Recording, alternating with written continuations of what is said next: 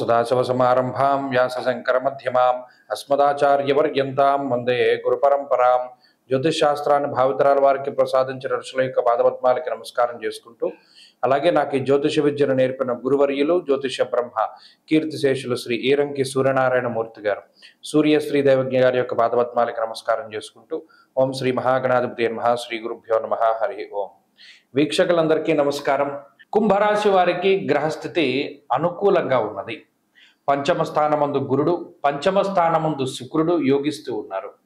అలాగే ఈ రాశి వారికి ఈ వారంలో చంద్రబలం ప్రధానంగా ఉన్నది.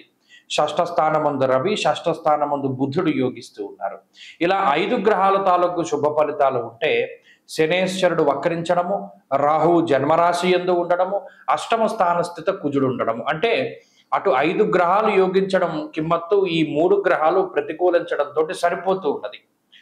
లేకపోతే నిజానికి చాలా అద్భుతమైన ఫలితాలు రావాలి. ఇక్కడ అష్టమ స్థాన స్థిత కుజుడు ఈ మిగతా గ్రహాల వల్ల వచ్చినటువంటి ధనం ఏదైతే ఉన్నదో ఆ ధనాన్ని గతంలో చేసినటువంటి అప్పులు తీర్చడానికో, ప్రయాణాలు చేయడానికో, లేదు కావలసినటువంటి అవసరాల నిమిత్తమో ధనాన్ని ఖర్చు పెట్టేస్తారు.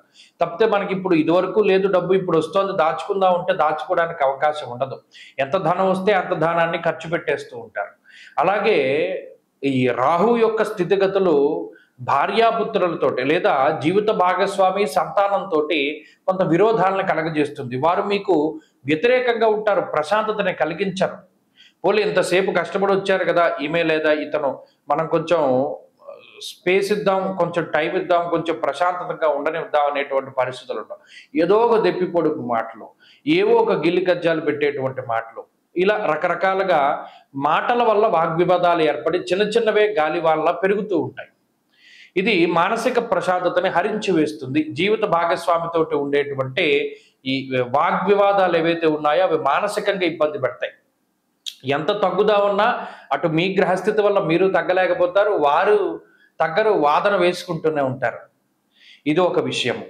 అలాగే శనీశ్వరుడు వక్రించి ఉండడం వల్ల కూడా సదాక్లేశం వృధావైరం సతతం కార్యనాశనం, అది కూడా దీన్నే ప్రోత్సహిస్తోంది. అనవసరమైనటువంటి విషయాలతో కాలక్షేపం చేయడానికి, అక్కర్లేని మాట పట్టింపులు, అక్కర్లేని పంతాలకు పోయి మీ యొక్క సమయాన్ని, మీ యొక్క ధనాన్ని, మీ యొక్క శక్తిని అవి దుర్వినియోగపరచుకోవడానికి గ్రహస్థితి ఎక్కువగా సహకరిస్తోంది. కాబట్టి పట్టు విడుపు ఉండేటువంటి పరిస్థితుల్ని చూసుకోండి. ప్రత్యేకించి మీ గురించి మీరు ఆలోచన చేసుకోండి. అలాగే మీ యొక్క కుటుంబాన్ని గురించి ఎక్కువ ఆలోచన చేయండి. తప్పితే ఎక్కడో ఏదో జరుగుతోంది కదా అని చెప్పి దాని గురించి ఆలోచన చేస్తూ అనవసరమైనటువంటి విషయాల గురించి బాధపడుతూ సమయాన్ని వృధా చేసుకోకండి. ఇప్పుడున్నటువంటి సమయం ఎక్కువగా చాలా విలువైనటువంటిది. పంచమ గురుడు ఉండేటువంటి స్థితి చాలా గొప్పది. కాబట్టి ఈ సమయంలో వచ్చినటువంటి ఆలోచనల్ని సద్వినియోగపరచుకోండి. ఈ వారంలో ఉండేటువంటి గ్రహస్థితి ఇలా వృధా కాలక్షేపం చేయడానికి అవకాశాన్ని కల్పిస్తుంది. కాబట్టి దాని నుండి బయటపడగలిగేలా ఉంటే సరిపోతుంది. ఇక ఉద్యోగ వ్యాపారాలకు సంబంధించినటువంటి విషయాలు లేదా కుటుంబ విషయాలన్నీ కూడా చాలా బాగున్నాయి.